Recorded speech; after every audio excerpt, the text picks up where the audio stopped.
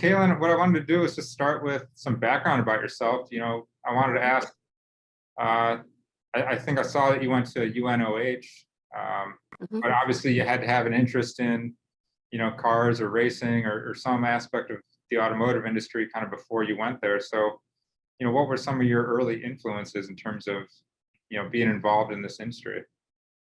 So I'm born and raised in upstate New York. So drag racing actually wasn't even like a thing for me. I grew up dirt racing. I started racing karts when I was 7. My dad had raced karts and it was just a common interest we had. And I begged and begged and begged.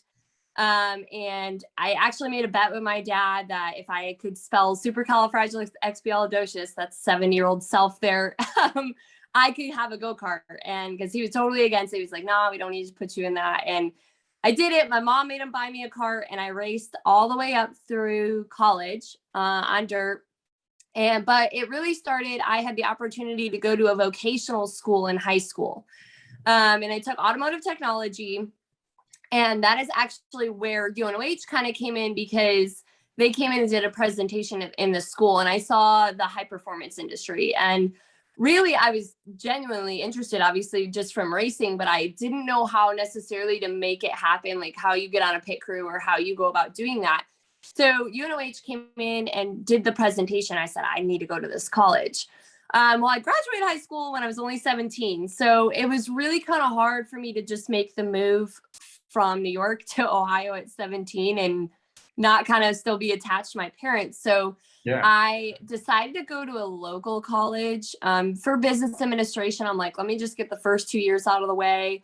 And after I did that, I loved that part of my life, but then I was like, I'm still missing what I really want to do.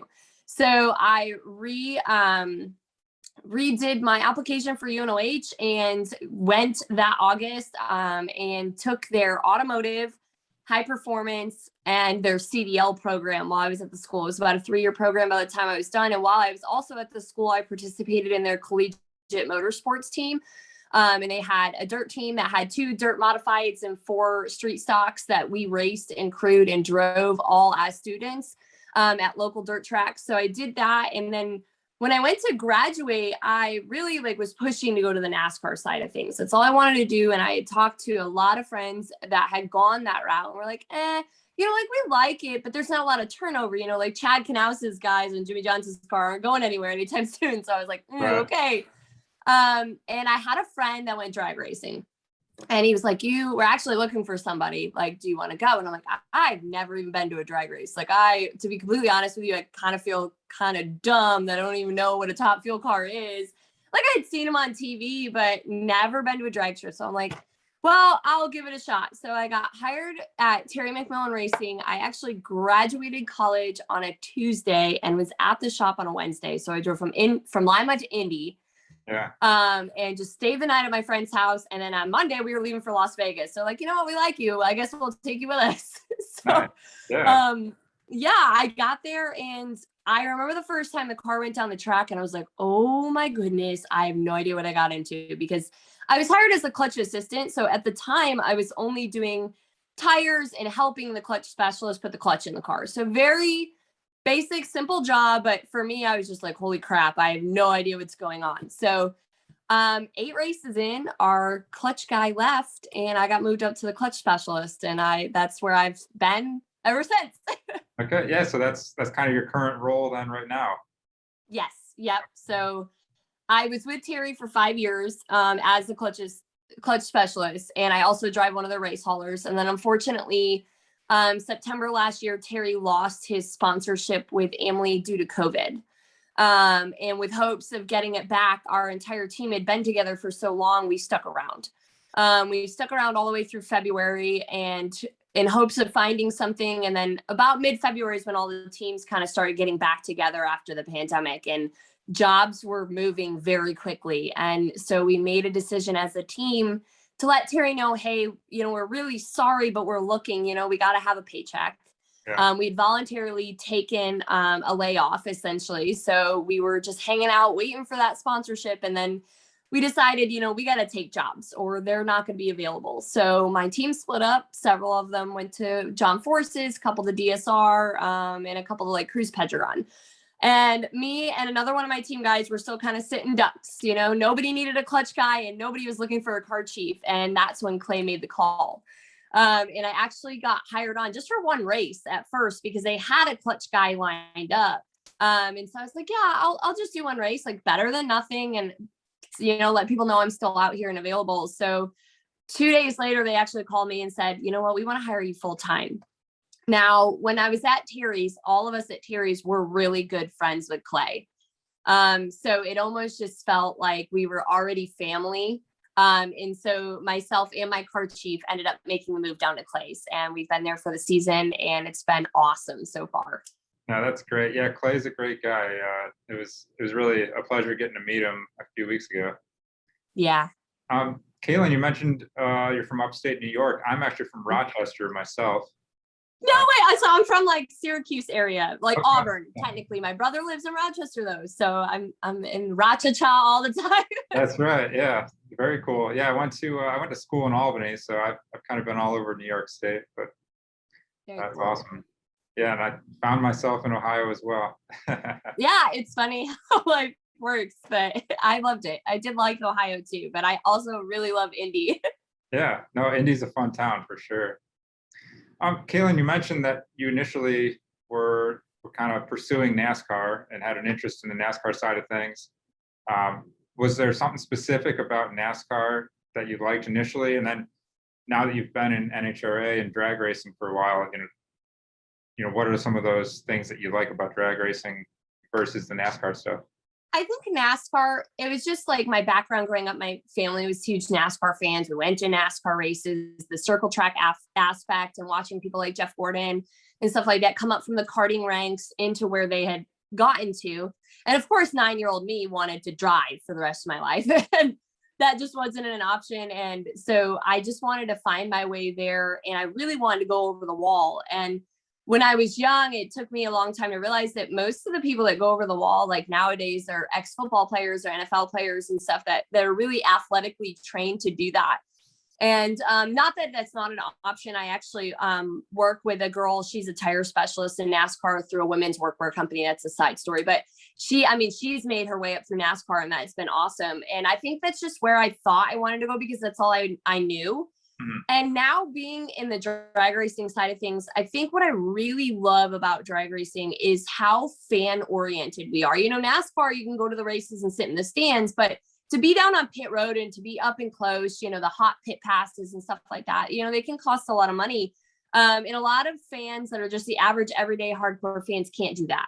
And with NHRA, every general admission pass is that pit pass. So we get to have that relationship with the fans at the ropes, up close and personal, week in and week out.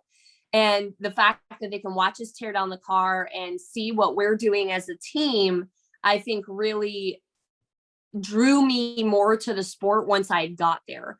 On top of the fact that 11,000 horsepower just absolutely blew my mind, and that these cars are really kind of put together in a crude way. A lot of people think there's a lot of engineering and dynoing and all this stuff that goes into those cars. But really, we kind of, for lack of a better term, slam them together in 45 minutes and then go try to run 330 miles an hour. So for me, it was the wow factor, and it just really what went into it. And then our relationship with the fans.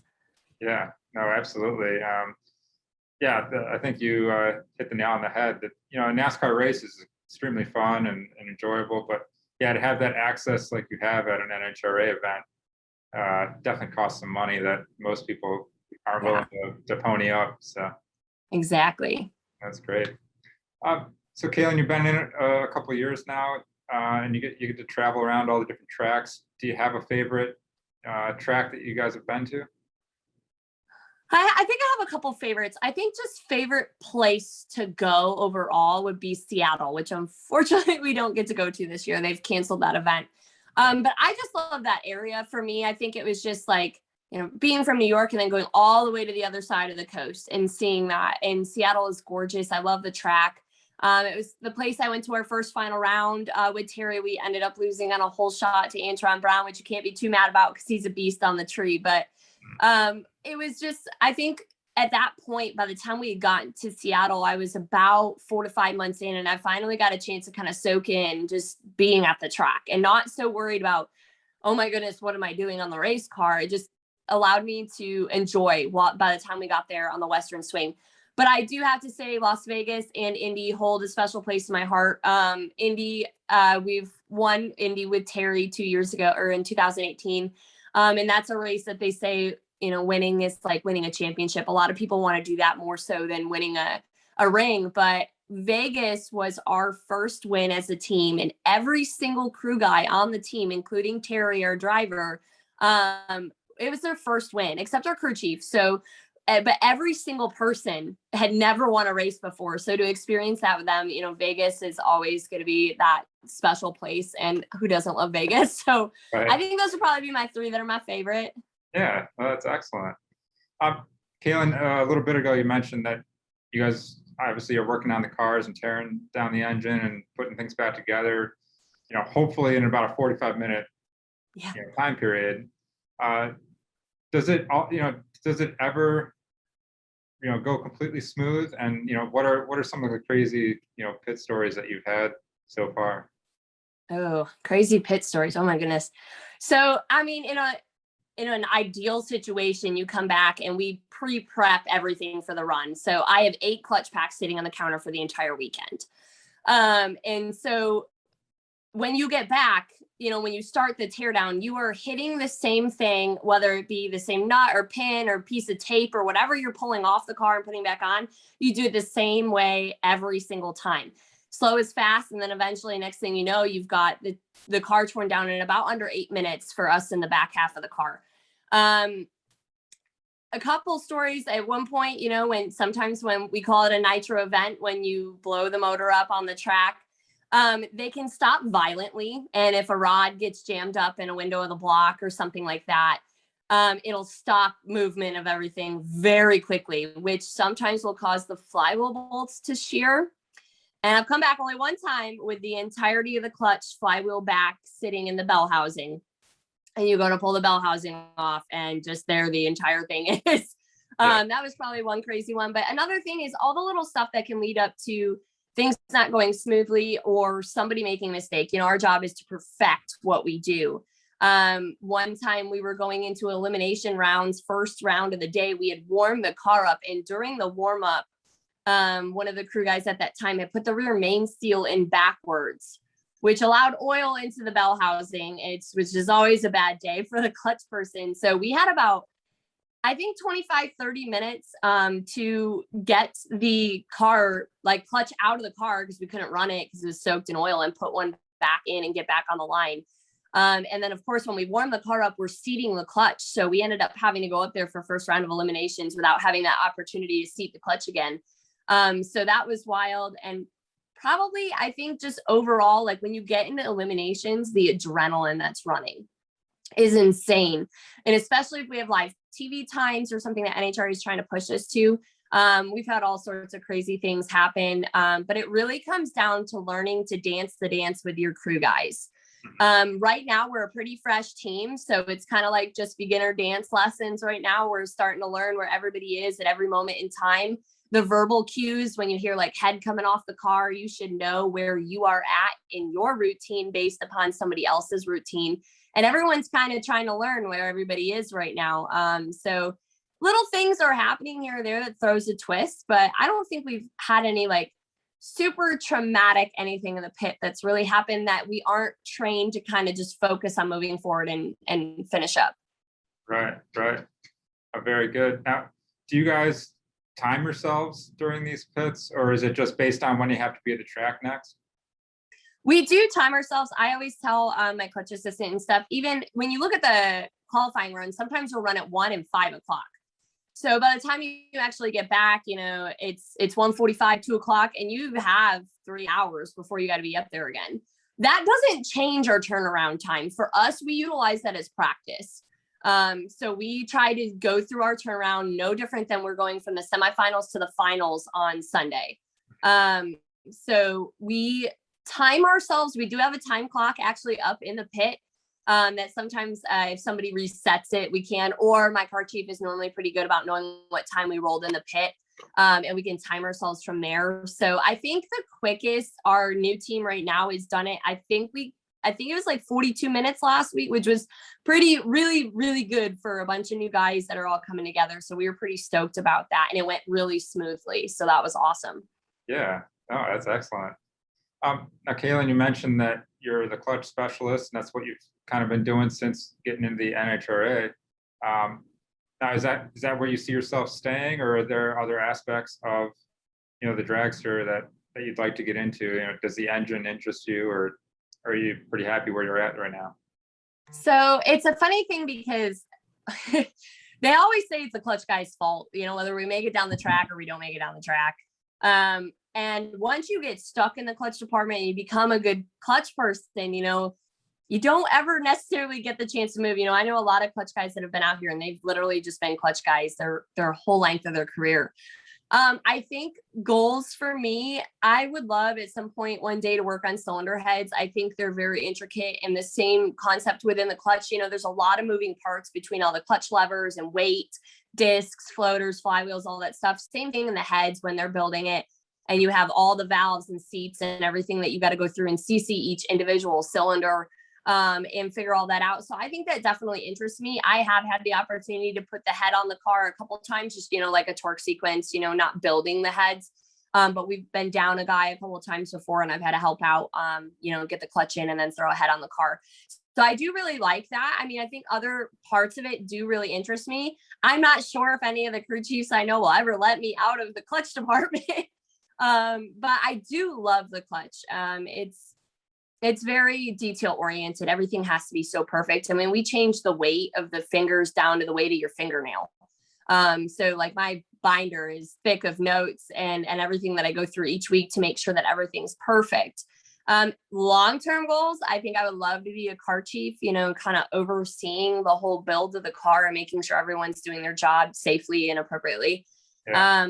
But that's way on down the road, and I'd have to visit a couple departments and work through those departments to get to that point. So hopefully someday someone will let me out of the clutch department, but right now I'm pretty happy where I'm at.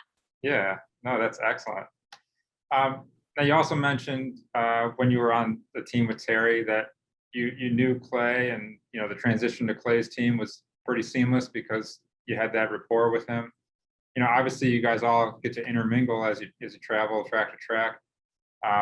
Are there other drivers that have stood out to you as just being good guys and good women? Yeah, so we actually, ironically, this past weekend got to work with Austin Prock.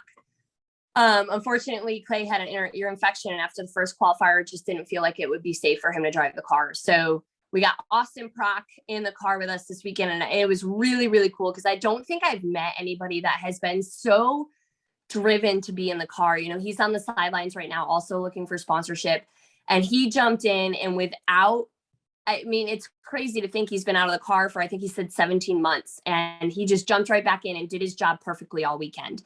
And it was really cool to work with a younger driver because both Terry and Clay are older.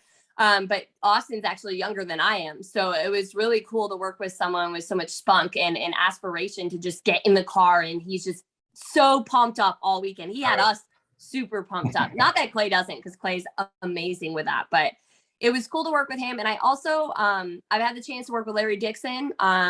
He actually was 2 doors down from us at Terry's, and he owned the building that we rented our shop from. And I think he's like an OG original total badass. I don't know if I'm allowed to say that, but he really is. I mean, 3-time champ. And now he's got that 2-seater car. So actually kind of a side hustle for me is when we are not running our dragster with Clay, I'm very fortunate that they allow me to go work with Larry Dixon in that 2-seat top fuel experience. And it's been really cool to be able to put the clutch in that car and see him take a passenger down the track, because for them to see their faces and to understand fully what we do and feel that all the G's and everything and have them come back, that's been really rewarding. And last driver I'm pretty close with it would be Leah Pruitt. My boyfriend actually works on her car. Okay. and has for the same amount of time that I've been out here. So we've, you know, get to hang out with Leah a lot. And now Tony, you know, as her fiance. So it's been really cool to have that relationship with another female in the industry. And she's a badass as well. So it's really cool to kind of have that connection between my boyfriend and her and how he reacts with his driver and everything and the differences. It's been really fun. Yeah. And what does your boyfriend do on her team? So when he started, he was actually the clutch assistant. So when we met, I was the clutch specialist and he was the clutch assistant. Everyone called us the clutch couple. Because if we worked together, I would have technically been his boss, which we always laughed about. But now he actually does the bottom end. He moved out of the assistant position and he does the rotating assemblies and then installs them in the car. So he's the one that has to lay under the car all the time. I don't know if I could do that gig, but he does it really well. And he's been with her. I think this is his 6th season now. He's been with her through Vandergriff and all the different seasons she's gone through with different sponsors and stuff. So Nice, nice.